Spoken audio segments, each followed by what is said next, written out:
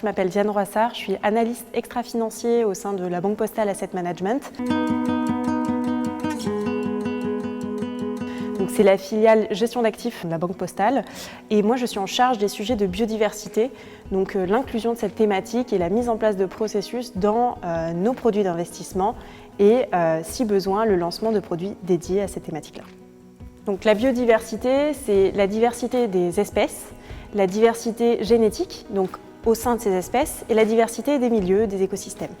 Donc c'est aujourd'hui 1 million d'espèces qui sont menacées et c'est du devoir de tout le monde, de chaque acteur, en fait, d'œuvrer pour renverser cette tendance, dont les acteurs financiers. Et nous, notre rôle en tant qu'acteurs financiers, c'est de rediriger les flux financiers vers des entreprises qui ont de meilleures pratiques que leurs pairs, que leurs concurrents, sur la protection et la restauration de la biodiversité. Au niveau des moyens qui ont été mis en place, tout a été déclenché en 2021 par la signature du Finance for Biodiversity Pledge, qui est donc un plaidoyer des institutions financières en faveur de la biodiversité, donc de sa protection et de sa restauration, dans lequel on a pris certains engagements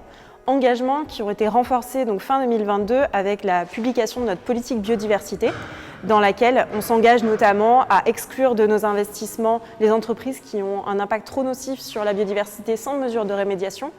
à dialoguer donc avec les entreprises qui sont investies pour promouvoir de bonnes pratiques et également à notamment mesurer notre impact sur la biodiversité et à inclure des points de données qui sont en lien avec la biodiversité dans nos processus de sélection et d'investissement. En novembre 2022, on a lancé notre premier fonds thématique dédié à la biodiversité qui investit dans des sociétés qui sont cotées en bourse, donc de grosses entreprises, pour lesquelles on vient les sélectionner car elles ont de meilleures pratiques que leurs pairs et surtout elles développent des solutions alternatives qui permettent de réduire leur empreinte sur la biodiversité. Personnellement, je suis passionnée par la biodiversité, la protection du vivant et de l'environnement et je suis engagée dans beaucoup d'associations. Et en 2020, j'ai souhaité aligner mon travail avec mes valeurs et mes convictions personnelles et la Banque Postale Asset Management m'a laissé l'opportunité de développer la thématique biodiversité au sein de son établissement.